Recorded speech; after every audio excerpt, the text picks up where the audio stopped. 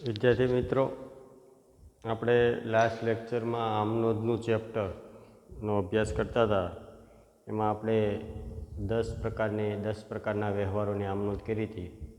મૂડીના વ્યવહારોની આમનોંધ, ઉપાડના વ્યવહારોની આમનોંધ, માલની ખરીદીના વ્યવહારોની આમનોંધ, માલના વેચાણના વ્યવહારોની આમનોંધ, ખરીદ પરતના વ્યવહારોની આમનોંધ, વેચાણ પરતના વ્યવહારોની આમનોંધ, મિલકતની ખરીદીની આમનોંધ, મિલકતના વેચાણના વ્યવહારોની આમનોંધ, ખર્ચના વ્યવહારોની આમનોંધ અને આવકના વ્યવહારોની આમનોંધ કઈ રીતે થાય એને આપણે અભ્યાસ કર્યો.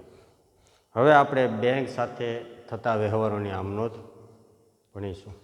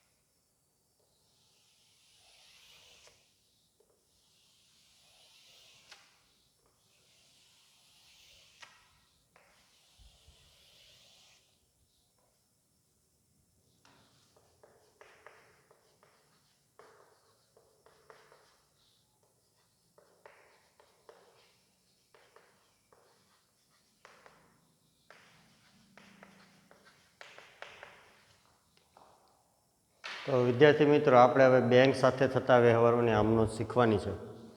તો બેંક સાથે કેવા વ્યવહાર થાય? આમ તો વ્યવહારો આપણે ઘણા બધા બેંક સાથેના આવ્યા કે આપણે માલનું વેચાણ કરીએ અને ચેકથી માલ વેચ્યો હોય તો એ ચેક બેંકમાં ભરવાનો થાય, તો બેંક ખાતે ઉધાર વેચાણ ખાતે જમા થતું હોય. અથવા માલની ખરીદી કરીને આપણે ચેક આપ્યો હોય તો ખરીદ ખાતે ઉધાર અને બેંક ખાતે જમા થતું હોય. ખર્ચાઓ આપણે ઘણી વખત ચેકથી ચૂકવતા હોય તો જે તે ખર્ચ ખાતે ઉધાર થતું હોય, બેંક ખાતે જમા થતું હોય. ઘણી આવકો છે એ ચેકથી મળતી હોય એટલે બેંક ખાતે ઉધાર થતું હોય, જે તે આવક ખાતે જમા થતું હોય. આમ તો ઘણા બધા મોટાભાગના વ્યવહારો બેંક સાથેના આવી ગયા છે આપણે. તેમ છતાંય અમુક વ્યવહારો બાકી છે બેંક સાથે થતા વ્યવહારો સાથે થતી લેવડ દેવડના વ્યવહારો, એ હવે આમાં તમને કરાવીશ. તો એવા વ્યવહારો ક્યાં? તો માની લો કે બેંકમાં રૂપિયા ભર્યા, બેંકમાંથી રૂપિયા ઉપાડ્યા, અથવા બેંક આપણને જુદી જુદી સગવડ આપે એના બદલામાં બેંક ચાર્જીસ લે, તો બેંક ચાર્જીસ આપણે બેંકે આપણા ખાતે ઉધાર કર્યો. અથવા ઘણી વખત બેંક આપણને આપણા રૂપિયા જે બેંકમાં પીડ્યા હોય એના બદલામાં આપણને વ્યાજ આપતી હોય, તો એ વ્યાજ આપવા કંઈ ઘેરે ન આવે કે લે ભાઈ વ્યાજ, આપણા ખાતામાં વ્યાજ જમા કરતી હોય. તો આવા બેંક સાથેના થતા વ્યવહારોની આમનોંધ કઈ રીતે થાય એનો આપણે હવે અભ્યાસ કરવાનો છે. તો જો એ વ્યવહારમાં પહેલો વ્યવહાર, રૂપિયા 10,000 બેંકમાં ભરી ખાતું ખોલાવ્યું. હવે તમને બધાને ખ્યાલ છે કે બેંક છે એ વ્યક્તિ ખાતામાં આવે. ખાતાના 3 પ્રકાર છે: વ્યક્તિ, માલ મિલકત અને ઉપજ ખર્ચ ખાતું. તો બેંક છે એ વ્યક્તિ ખાતામાં આવે, કારણ કે વ્યક્તિ ખાતામાં આપણે બધા જીવંત વ્યક્તિઓ આવી, પછી કૃત્રિમ વ્યક્તિઓ આવે અને દેવું લેણું ઊભું થતું હોય એ બધા વ્યક્તિ ખાતામાં આવે. બરાબર? તો કૃત્રિમ વ્યક્તિમાં કોણ? તો બેંકો છે, સંસ્થાઓ છે, દુકાનો છે. બરાબર? આ જેને કાયદા દ્વારા કૃત્રિમ વ્યક્તિત્વ આપવામાં આવ્યું છે એનો બધો આપણે અભ્યાસ આગળ કરી ગયા છીએ. તો એ બધા વ્યક્તિ ખાતામાં આવે. તો બેંક વ્યક્તિ ખાતામાં આવે. વ્યક્તિ ખાતાનો નિયમ શું? તો વ્યક્તિ ખાતાનો નિયમ છે કે ભાઈ વ્યક્તિ લેનાર હોય તો ઉધાર ને આપનાર હોય તો જમા. તો તમે બેંકમાંથી રૂપિયા ઉપાડો તો બેંક આપનાર થાય, બેંક ખાતે જમા થાય. બેંકમાં રૂપિયા ભરો તો બેંક લેનાર થાય, લેનાર ખાતે ઉધાર થાય. ચાલો એવું. તો જુઓ પહેલો વ્યવહાર, 10,000 બેંકમાં ભરી ખાતું ખોલાવ્યું. પહેલાં તો રોકડ વ્યવહાર છે. આ મેં તમને કીધું હતું ને, ચૂકવ્યા, મળ્યા, ભર્યા, ઉપાડ્યા, આવા શબ્દ હોય એટલે રોકડ વ્યવહાર જ હોય. તો આ રોકડ વ્યવહાર છે. હવે બેંકમાં રૂપિયા ભરો એટલે બેંક લેનાર થાય, એટલે આમનો થાય બેંક ખાતે ઉધાર. કારણ કે બેંક એટલે વ્યક્તિ ખાતામાં આવે ને વ્યક્તિ ખાતાનો નિયમ છે કે લેનાર હોય તો ઉધાર ને આપનાર હોય જમા. તો બેંક લેનાર છે. 10,000 રૂપિયા બેંકમાં ભર્યા તો બેંક ખાતે ઉધાર 10,000, બેંક લેનાર છે. પછી રોકડા ભર્યા હોય ને, કાંઈ નથી કીધું એટલે રોકડા ભર્યા એટલે રોકડ વ્યવહાર જ હોય, તો રોકડા ભર્યા છે તો રૂપિયા જાય ને, રોકડ જાય એટલે રોકડ ખાતે જમા. કેટલા રૂપિયા? 10,000 રૂપિયા.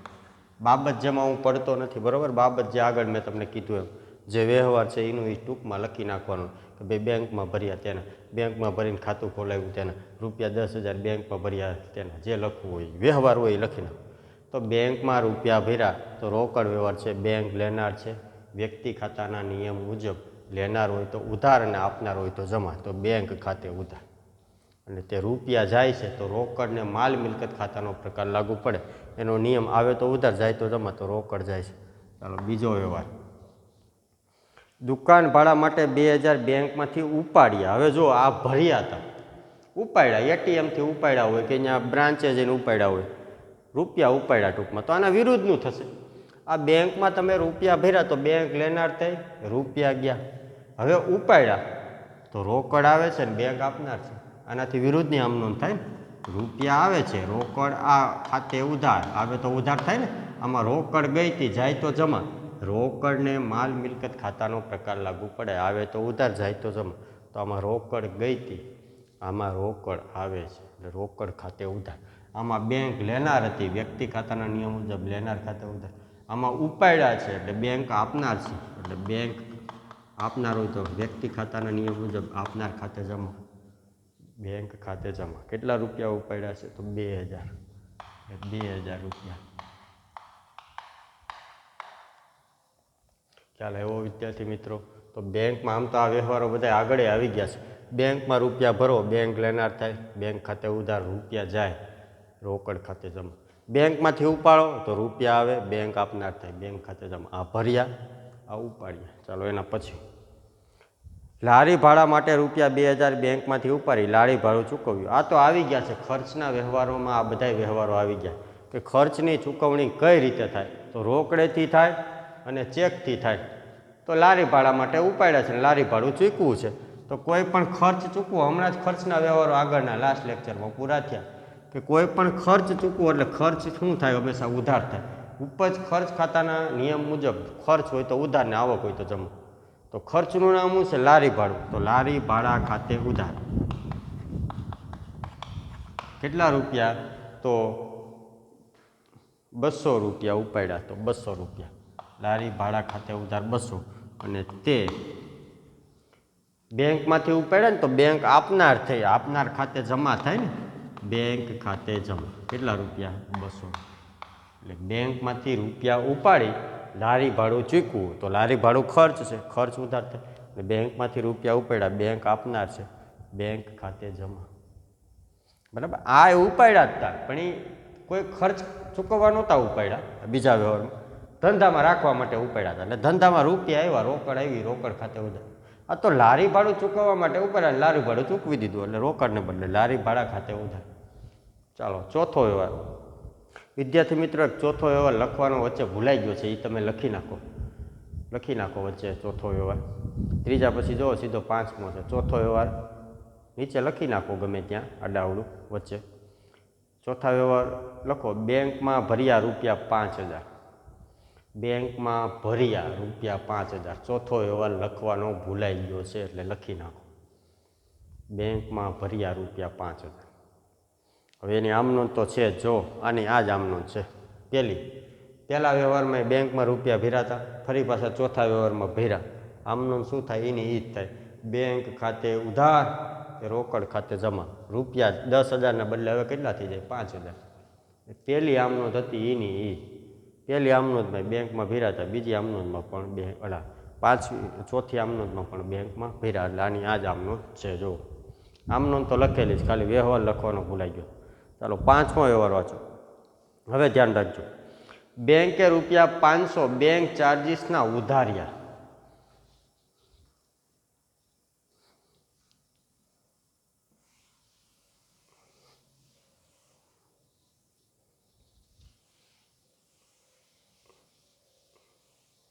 હવે યાદ રાખજો કે બેંક આપણા ખાતે જે રૂપિયા ઉધારે ને આપણે બેંક ખાતે જમા કરવાના. નામાની અંદર હંમેશા એક પક્ષ લાભ લેનાર હોય ને એક પક્ષ હંમેશા લાભ આપનાર હોય. એક ખાતું ઉધાર થાય ને એક જમા થાય. બેંકે આપણા ખાતે રૂપિયા ઉધાર્યા તો આપણે બેંક ખાતે જમા કરવાના. તો બેંક ચાર્જીસ ખાતે ઉધાર અને તે બેંક ખાતે જમા. કેટલા રૂપિયા? તો રૂપિયા છે 500. જો વિદ્યાર્થી મિત્રો સમજી લ્યો, આખું બેંક આપણને જુદી જુદી સગવડ આપે. આપણા રૂપિયા સાચવી દે, જોખમ ઘેરે ન રહે એટલે એ રૂપિયા આપણા સાચવી દે. આપણા રૂપિયા સાચવી દે, આપણને જુદી જુદી સગવડ આપે, પાસબુક આપે, એટીએમ કાર્ડ આપે. એટીએમ કાર્ડથી આપણે ગમે ત્યારે 24 કલાકમાં ગમે ત્યારે રૂપિયા ઇમરજન્સીની જરૂર પડી હોય તો એટીએમમાંથી ઉપાડીએ. તો આવી બધી સગવડો આપતી હોય. તો બેંક આપણને આવી બધી સગવડો આપે. SMS ની સગવડ આપે. અત્યારે આધુનિક સમય પ્રમાણે રૂપિયા ઉપાડો એટલે તરત મોબાઈલમાં મેસેજ આવી જાય, કેટલા રૂપિયા ઉપાડ્યા, ક્યાંથી ઉપાડ્યા, ક્યાં એટીએમમાંથી ઉપાડ્યા, હવે કેટલું બેલેન્સ છે. રૂપિયા કોઈ ભરે તોય મેસેજ આવી જાય. રૂપિયા આપણા વતી એટીએમ કાર્ડ ખોવાઈ ગયું ઉપાડી લે તો ખબર પડી જાય. તો આ બધી સગવડ આપે. નેટ બેન્કિંગની સુવિધા આપે. તમે તમારા ખાતામાંથી ઓન ધ સ્પોટ 1 જ મિનિટમાં બીજાના ખાતામાં રૂપિયા તમે ટ્રાન્સફર કરી શકો. બરાબર? તો આ બધી સગવડો આપે. તો આ બધી સગવડોના બદલામાં એ હાવ નોમિનલ ચાર્જ હોય એનો વર્ષ દરમિયાન. તો એટીએમ ચાર્જ હોય, દાખલા કે 20 રૂપિયા હોય તો આખા વર્ષનો એટીએમ ચાર્જ માની લો 50 રૂપિયા અત્યારે લગભગ કાપે. તો 50 રૂપિયા આખા વર્ષ તમે એટીએમ યુઝ કરવાનો, માત્ર 50 રૂપિયા ચાર્જ લાગે આખા વર્ષનું. એના બદલામાં તમને કેવડી મોટી સુવિધા. તો આ બધા નોમિનલ ચાર્જ હોય. તમને જે સગવડ પૂરી પાડે, રૂપિયા સાચવી દે, તમને એટીએમ કાર્ડ આપે, તમને નેટ બેન્કિંગની સુવિધા આપે. તો એના બદલામાં બેંક ચાર્જ લે.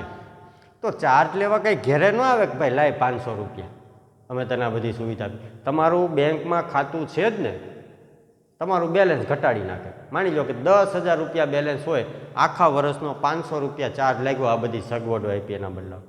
તો 10,000 બેલેન્સ હતું, 500 રૂપિયા ચાર્જ લાગ્યો તો 500 રૂપિયા ઘેરે લેવા ન આવે. તમારું 10,000 બેલેન્સ હતું એમાંથી 500 કાપી નાખે. તો હવે બેલેન્સ કેટલું થઈ ગયું? 9,500 રૂપિયા થઈ ગયું. 10,000માંથી બેલેન્સ 9,500 રૂપિયા થઈ. તો આપણા ખાતામાંથી કોઈ પણ બેંક છે એ બેંક ચાર્જીસ લે તો ખાતામાંથી રૂપિયા કપાઈ જાય. બરાબર? હવે આ 500 રૂપિયા બેંક ચાર્જીસ આપણી માટે ખર્ચ છે. અને ખર્ચ હંમેશા શું થાય? મેં હમણાં આગળના લેક્ચરમાં તમને ખર્ચના વ્યવહારો કરાવ્યા કે કોઈ પણ ખર્ચ છે એ હંમેશા શું થાય? ઉધાર થાય. તો બેંક ચાર્જીસ ખર્ચ છે. ખર્ચનું નામ છે બેંક ચાર્જીસ. તો બેંક ચાર્જીસ ખાતે ઉધાર.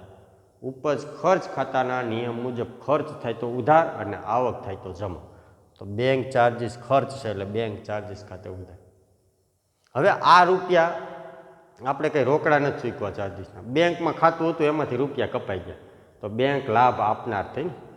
ટૂંકમાં બેંક આપણા ખાતે ઉધાર કરે એટલે યાદ રાખવાનું આપણે બેંક ખાતે જમા કરવાનું. તો બેંક ચાર્જીસ ખર્ચ છે એટલે બેંક ચાર્જીસ ખાતે ઉધાર અને તે બેંક ખાતે જમા. કારણ કે બેંકે આપણા ખાતે ઉધાર કર્યા હોય, આપણે શું કરવાનું હોય? જમા.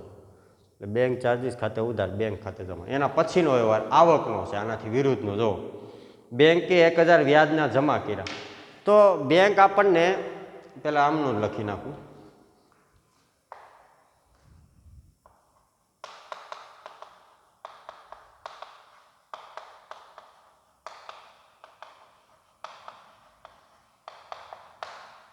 કેટલા રૂપિયા છે? તો 1,000 રૂપિયા.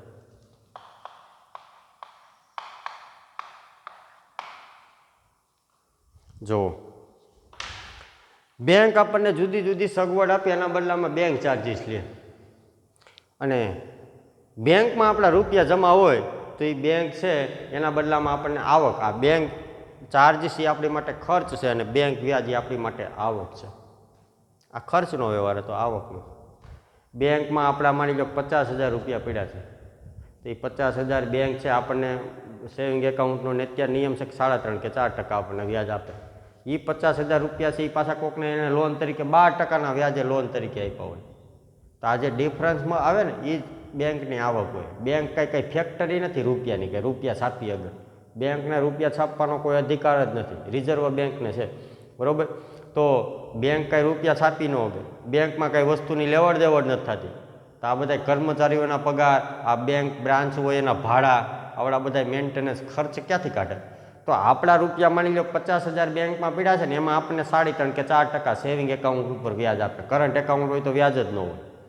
હવે આ 50,000 રૂપિયા એ પાછા કોકને લોન તરીકે બેંકે આપ્યા હોય, એમાં એની પાસેથી 12% વ્યાજ લે. આ આપણા 50,000 રૂપિયા એને કોકને વ્યાજ તરીકે આપ્યા હોય, એની પાસેથી 12% વ્યાજ લે, 12 કે 13%, બરાબર. અને આપણને એમાંથી 3.5% જ વ્યાજ આપે. તો આ વચ્ચેના જે 8-9% વ્યાજ વધ્યું એ બેંકનો નફો થયો, બરાબર.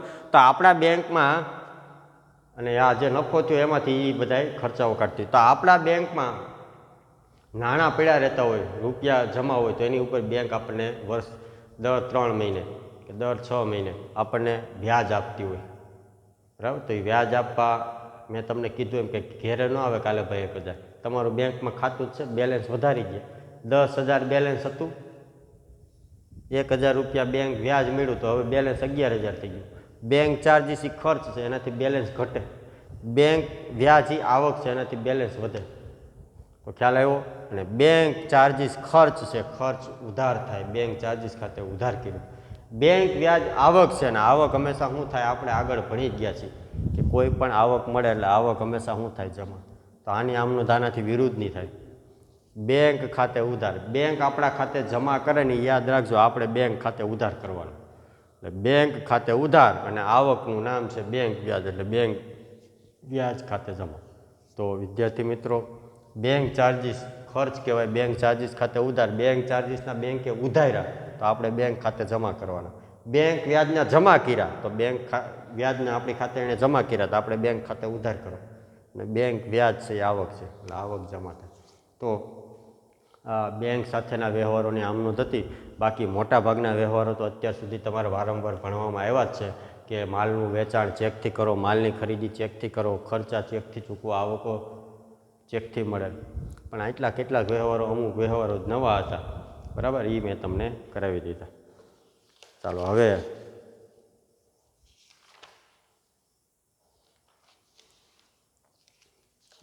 લોનના વ્યવહારોની આમનોંધ.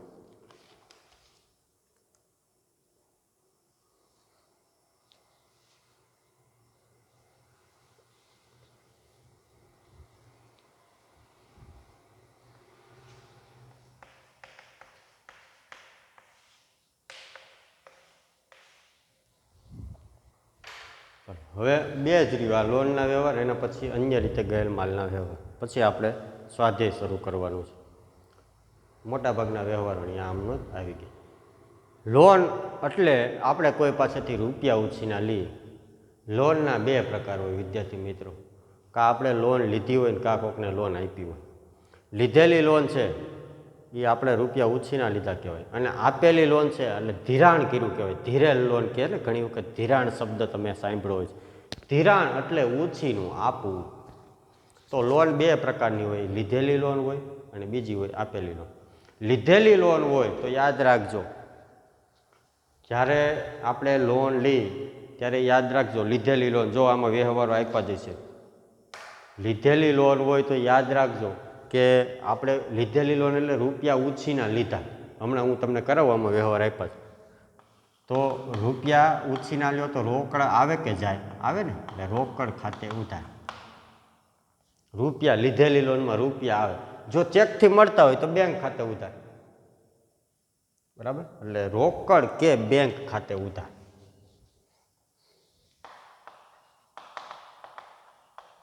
એટલે માની લો કે આપણે કોઈ પાસેથી ઉછીના રૂપિયા લીધા તો એને લોન લીધી કહેવાય. રોકડ કે બેંક, જો એ ચેક આપે સામેવાળો તો બેંક ખાતે ઉધાર, કારણ કે આ લોનના રૂપિયા જોતા હોય તો ચેક ક્યાં નાખવા જવું પડે? બેંકમાં. તો બેંક ખાતે ઉધાર. રૂપિયા રોકડા મળે તો રોકડ ખાતે. અને જમા કયું ખાતું થાય? તો જેની પાસેથી જેની લોન હોય ને એના ખાતે જમા. તમારા મિત્ર પાસેથી નામ લીધી, માની લો કે મયંક પાસેથી લોન લીધી તો તે મયંકની લોન ખાતે જમા. સહકારી મંડળીની લોન લીધી તો સહકાર મંડળીની લોન ખાતે જમા. બેંકમાંથી એસબીઆઈ બેંકની લોન લીધી તો એસબીઆઈ બેંકની લોન ખાતે જમા. એચડીએફસીની લોન લીધી તો એચડીએફસીની લોન ખાતે જમા. ખ્યાલ આવ્યો? તો તમે લોન 2 પ્રકારની હોય, લીધેલી લોન અને આપેલી લોન.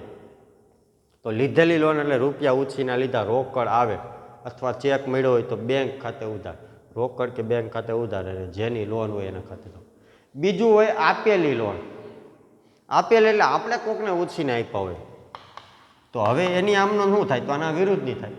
તો એમાં રૂપિયા જાહે એટલે રોકડ. તો આમનો શું થાય? જે તેની લોન ખાતે ઉધાર અને તે રોકડ અથવા બેંક ખાતે જમા.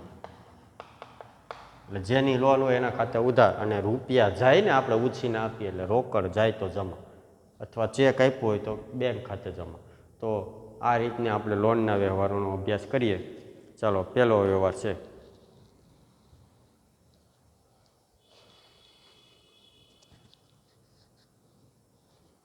વાંચો. પ્રિયંકા પાસેથી 15,000ની 10% વ્યાજે લોન લીધી.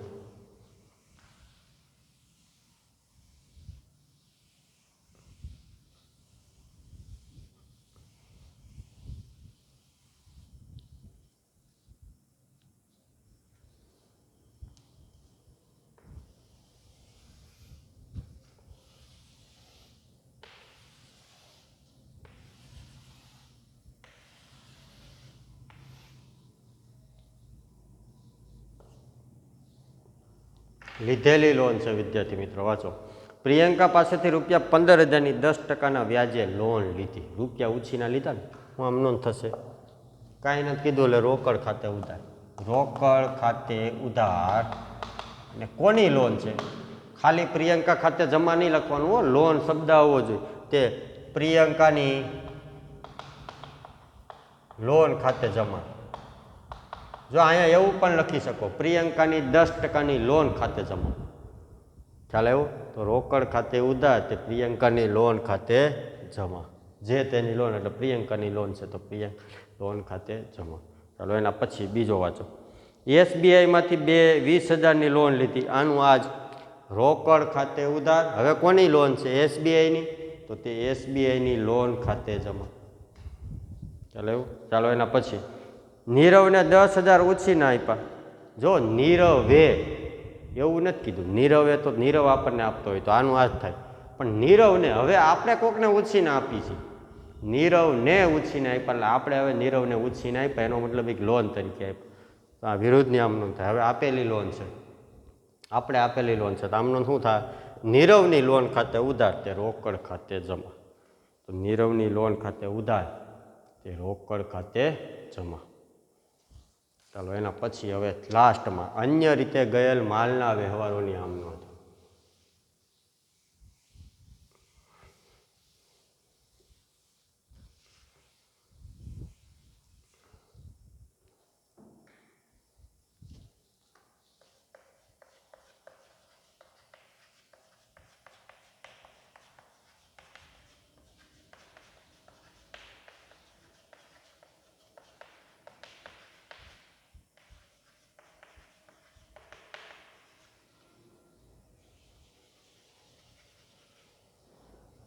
છેલ્લું અન્ય રીતે ગયેલ માલના વ્યવહારોની આમ નોંધ. અને પછી આપણે નેક્સ્ટ પીરિયડથી સ્વાધ્યાય શરૂ કરવાનું છે. આ મોટા ભાગના બધાય પ્રકારના વ્યવહારોની આમ નોંધ આવી. ચાલો, અન્ય રીતે ગયેલ માલના વ્યવહાર એટલે તો આગળ મેં તમને સમજાવેલું છે કે અન્ય રીતે માલ જાય એટલે વેચાણ સિવાય, ખરીદ પરત સિવાય. વેચાણ કે ખરીદ પરત સિવાય અન્ય રીતે કઈ રીતે માલ જાય? તો ચોરીથી માલ જાય, ચોરાઈ જાય. ઉપાડથી માલ જાય, વરસાદમાં માલ પલળી જાય, ધર્માદામાં માલ જાય, આગમાં બળી જાય, જાહેરાતમાં માલ આપવો પડે. તો આ અન્ય રીતે ગયેલ માલના વ્યવહાર હોય તો યાદ રાખજો વિદ્યાર્થી મિત્રો. આમ નોંધ થશે, ખરીદ ખાતે જમા થશે. એ યાદ રાખજો, ખરીદ ખાતે જમા. તો ઉધાર કયું ખાતું થશે? માની લો કે આગમાં માલ નાશ પામ્યો, તો આગથી થયેલ નુકસાન ખાતે ઉધાર, અને તે ખરીદ ખાતે જમા. અન્ય રીતે ગયેલ માલ એટલે વેચાણથી નહીં, ખરીદેલો માલ પરત કરવાથી નહીં. વેચાણ અને ખરીદ પરત સિવાય અન્ય કોઈ પણ રીતે માલ જાય ને એ અન્ય રીતે ગયેલ માલ કહેવાય. દાખલા કે ચોરીથી માલ જાય, ઉપાડથી જાય, ધર્માદાથી જાય, વરસાદમાં પલળી જાય, આગમાં સળગી જાય, જાહેરાતમાં માલ જાય. તો યાદ રાખજો, અન્ય રીતે માલ જાય ને એટલે ખરીદ ખાતું જ જમા થાય. શું કામે? માલ જાય છે. ખરીદને માલ મિલકત ખાતાનો પ્રકાર લાગુ પડે. આવે તો ઉધાર, જાય તો જમા. તો આવી બધી રીતે નુકસાનીમાં માલ જાય છે, ઓછો થાય છે ને ટૂંકમાં. તો માલ જાય એટલે માલ ખાતું જમા થાય. આપણે માલ ખરીદતાથી ખરીદ ખાતું ઉધાર શું કામ કરતા? કારણ કે એમાં માલ આવતો આવે તો ઉધાર થાય. આ તો માલ જાય છે, ઓછો થાય છે ને એટલે ખરીદ ખાતે જમા થાય. એટલે યાદ રાખજો, આ ખરીદ ખાતું તો જમા થશે થશે ને થશે. કોઈ પણ રીતે માલ જાય, ચોરીથી, ઉપાડથી, ધર્માદાથી, આગથી, વરસાદથી, કોઈ પણ રીતે માલ જાય એટલે ખરીદ ખાતું તો જમા થશે જ. હવે ઉધાર કયું ખાતું કરવું? તો જો આગથી માલ સળગી ગયો તો એ નુકસાન થયું. તો શેનાથી નુકસાન થયું? આગથી. તો આગથી થયેલ નુકસાન ખાતે ઉધાર. વરસાદમાં માલ પલળી ગયો તો વરસાદથી નુકસાન થયું. તો વરસાદથી થયેલ નુકસાન ખાતે ઉધાર. ચોરાઈ ગયો માલ તો ચોરીથી થયેલ નુકસાન ખાતે ઉધાર. ધર્માદામાં આપ્યો તો હવે જો ધર્માદાથી થયેલ નુકસાન ન કહેવાય. નુકસાન તો નથી કરવું થઈ જાય નુકસાન કહેવાય. આ ધર્માદામાં તમે હાથે કરીને માલ આપો છો તેને ખર્ચ કહેવાય. ખર્ચ અને નુકસાનમાં શું ફેર? ખર્ચ આપણે કરતા હોઈએ અને નુકસાન તો થઈ જતું હોય ઓટોમેટિક. તો ચોરી આપણે કરાવતા ન હોય, આગમાં હાથે કરીને માલ દિવાસળી ન મૂકતા હોય, બરાબર? વરસાદમાં હાથે કરીને માલ પલાળી ન મૂકતા હોય, તો આ નુકસાન કહેવાય. પણ ધર્માદામાં માલ આપ્યો કહેવાય એટલે એ ધર્માદા ખર્ચ કહેવાય. જાહેરાતમાં માલ આપ્યો કહેવાય એટલે જાહેરાત ખર્ચ કહેવાય. ઉપાડથી માલ માલિક સહિત ઘર માટે લઈ જાય તો એ નુકસાન ન કહેવાય, ઉપાડ કર્યો કહેવાય. ઉપાડ ખાતે ઉધાર થાય. તો વિદ્યાર્થી મિત્રો, અન્ય રીતે માલ જાય એટલે આમનો થશે. આગથી નુકસાન થયું તો આગથી થયેલ નુકસાન ખાતે ઉધાર, ખરીદ ખાતે જમા. ચોરીથી માલ ગયો તો ચોરીથી થયેલ નુકસાન ખાતે ઉધાર, ખરીદ ખાતે જમા. આગમાં માલ સળગી ગયો તો આગથી થયેલ નુકસાન ખાતે ઉધાર, ખરીદ ખાતે જમા. ધર્માદામાં આપ્યો તો હવે ધર્માદો નુકસાન નથી, ખર્ચ છે એટલે આમનું થશે ધર્માદા ખર્ચ ખાતે ઉધાર, તે ખરીદ ખાતે જમા. જાહેરાતમાં માલ આપ્યો તો આપ્યો છે એ નુકસાન નથી, જાહેરાત ખર્ચ ખાતે ઉધાર, તે ખરીદ ખાતે જમા. ઉપાડથી માલ ગયો તો ઉપાડ ખાતે ઉધાર, ખરીદ ખાતે જમા. એટલે અન્ય કોઈ પણ રીતે માલ જાય વેચાણ અને ખરીદ પરત સિવાય એટલે આમનો થશે જે તે ખાતા ખાતે ઉધાર અને તે ખરીદ ખાતે જમા થશે થશે ને થશે. કારણ કે માલ જાય તો જમા, બરાબર? એટલે આપણે માની લો 10,000નો માલ ખરીદ્યો તો આમનો શું કરતા? ખરીદ ખાતે ઉધાર, કારણ કે માલ આવે છે એટલે ખરીદ ખાતે ઉધાર કરતા ને. હવે માની લો 10,000નો માલ ખરીદ્યો એટલે ખરીદ ખાતે ઉધાર કર્યું તો આપણે માલ આવતો હતો, એમાંથી 1,000નો સળગી ગયો તો ઓછો થયો ને માલ ગયો. હવે 9,000નો ગયો તો ખરીદ ખાતે શું કરવું પડે? જમા કરવું પડે. આવ્યો તો ઉધાર કર્યું 10,000, એમાં 1,000નો સળગી ગયો તો ઓછો થયો ને માલ એટલે ગયો કહેવાય. એટલે ખરીદ ખાતે જમા કરી નાખવાનું પાછું 1,000. ચાલે એવું? તો આવા વ્યવહારો છે, વાંચો. અન્ય રીતે ગયેલ માલના પહેલો વ્યવહાર, 2,000નો માલ બળી ગયો એટલે આમનો થશે શેનાથી નુકસાન થયું? તો આગથી થયું ને. તો આગથી થયેલ નુકસાન ખાતે ઉધાર. હવે તમને એમ થશે કે નુકસાન ખાતે ઉધાર શું કામ? તો કોઈ પણ પ્રકારનો ખર્ચ થાય કે નુકસાન થાય એને ઉપજ ખર્ચ ખાતું લાગવું પડે. ઉપજ ખર્ચ ખાતાના પ્રકાર એના નિયમ મુજબ ખર્ચ કે નુકસાન થાય તો ઉધાર, આવક થાય જમા. તો આ નુકસાન થયું એટલે આગ શેનાથી થયું? આગથી. તો આગથી થયેલ નુકસાન ખાતે ઉધાર કેટલાનો? તો 2,000નો. તો 2,000 રૂપિયા. અને માલ ગયો એટલે તે ખરીદ ખાતે જમા. કેટલા રૂપિયા? તો 2,000 રૂપિયા. બાબત જેમાં ગમે એ લખી નાખવાનું, ભાઈ માલ સળગી ગયો ત્યારે. ચાલો બીજો વ્યવહાર વાંચો. 5,000નો માલ વરસાદમાં પલળી ગયો. હું આમનું થશે? આ આગથી નુકસાન થયું હતું. હવે વરસાદથી થયેલ નુકસાન ખાતે ઉધાર, તે ખરીદ ખાતે જમા. કેટલા રૂપિયા? તો રકમ બદલાઈ જાય ને. કેટલા થશે? 500 અને 500. ચાલો એના પછી 200નો માલ ચોરાઈ ગયો. હવે શેનાથી નુકસાન થયું? ચોરીથી. તો ચોરીથી થયેલ નુકસાન ખાતે ઉધાર, તે ખરીદ ખાતે જમા. તો જો યાદ રાખજો, વરસાદથી, ચોરીથી ને આગથી હંમેશા માલ જાય એટલે નુકસાન જ થાય. એટલે ચોરીથી થયેલ નુકસાન, વરસાદથી થયેલ નુકસાન, આગથી થયેલ નુકસાન. હવે આગળ વાંચો. 1,500નો માલ અકસ્માતમાં નાશ પામ્યો તો એ નુકસાન થયું કહેવાય. અકસ્માતમાં હાથે કરીને આપણે ટેમ્પો ઊંધો ન વાળ દેતા હોય એટલે આમનો થાય અકસ્માતથી થયેલ નુકસાન ખાતે ઉધાર. ચોરીને બદલે શું થઈ જાય? હવે સમજાઈ ગયું ને? હવે તમને બધાને અકસ્માતથી થયેલ નુકસાન ખાતે ઉધાર, તે ખરીદ ખાતે જમા. શેનાથી નુકસાન થયું? અકસ્માત. ચાલો હવે એના પછી હવે વાંચો. હવે નુકસાન નથી, ખર્ચ છે. આ તો બધું ચોરીથી, આગથી, વરસાદથી અને અકસ્માતથી એ હંમેશા નુકસાન થયું કહેવાય, કારણ કે હાથે કરી ન કરતા હોય. અને હવે જાહેરાતમાં માલ આપણે આપીએ છીએ, ધર્માદામાં આપીએ છીએ, ઉપાડથી માલ લઈ જાય છે, તો એ ખર્ચ થયો કહેવાય. હવે જો 200નો માલ જાહેરાતમાં આપ્યો, બરાબર ને, નુકસાન એટલે ન કરવું હોય ને થઈ જાય, અને ખર્ચ તો આપણે કરતા હોય, નુકસાન આપણે કરતા ન હોય. જાહેરાતમાં આપ્યો તો એ આપણે આપ્યો હોય માલ, એટલે એ જાહેરાતથી થયેલ નુકસાન ન લખાય, ખર્ચ લખાય. તો આમનો થશે જાહેરાત ખર્ચ ખાતે ઉધાર,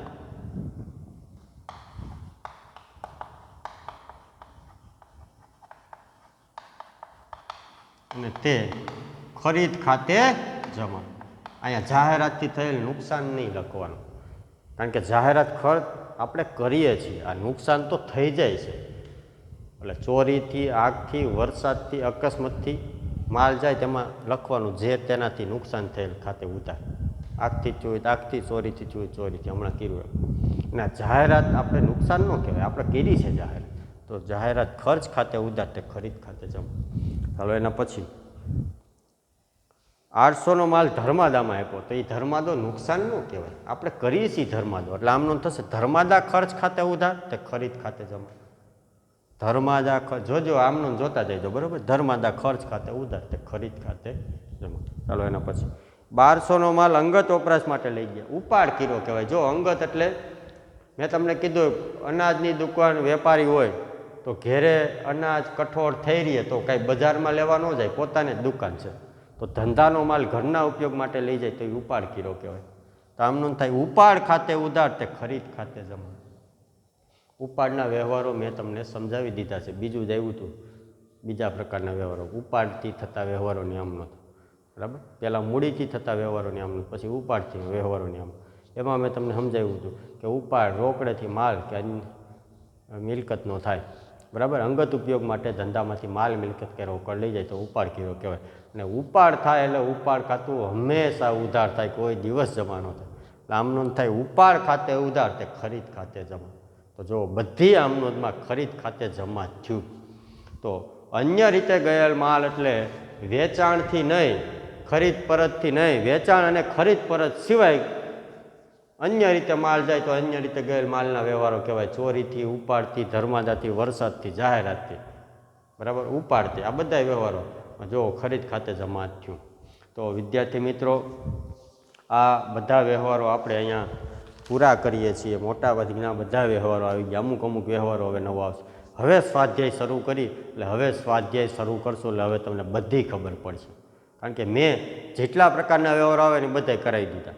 મૂડીના વ્યવહારોની આમનોંધ કઈ રીતે થાય, ઉપાડના વ્યવહારોની આમનોંધ કઈ રીતે થાય, ખરીદી, માલની ખરીદી કેટલી રીતે થાય, રોકડેથી, ચેકથી, ઉધાર, માલનું વેચાણ થાય તો શું આમનોંધ થાય, રોકડેથી, ચેકથી, ઉધાર, મિલકતની ખરીદી, મિલકતનું વેચાણ, ખરીદ પરત, વેચાણ પરત, ખર્ચ, આવક, બેંક સાથેના વ્યવહારો, અન્ય રીતે ગયેલ માલના વ્યવહારો, બધા વ્યવહારોની મેં તમને આમનોંધ વ્યક્તિગત રીતે કરાવી દીધી, વ્યવહારો લખાવી, બરાબર. હવે તમે સ્વાધ્યાય ગણો એ પહેલાં તમને બધું ક્લિયર આવડી જાય, એટલા માટે જ આ બધા વ્યવહારોની મેં તમને આમનોંધ કરાવી. તો હવે આપણે સ્વાધ્યાયની શરૂઆત કરીશું, અને સ્વાધ્યાય ગણ્યો તો હવે તમને બધોય મોટે ભાગે ખ્યાલ આવી જશે, અને નહીં આવ્યો હોય તો હવે પછી સ્વાધ્યાયમાં અમુક પ્રેક્ટિસ થશે એટલે તમને આવી જશે. અને મોટા ભાગના વ્યવહારો આવી ગયા, અમુક વ્યવહારો નવા છે એ પાછા રિપીટ નહીં આવે, નહીં આવ્યો હોય એ આવશે હવે. એટલે હવે આપણે સ્વાધ્યાયના દાખલાની શરૂઆત આના પછીના નેક્સ્ટ પીરિયડથી કરવાની છે. ધન્યવાદ.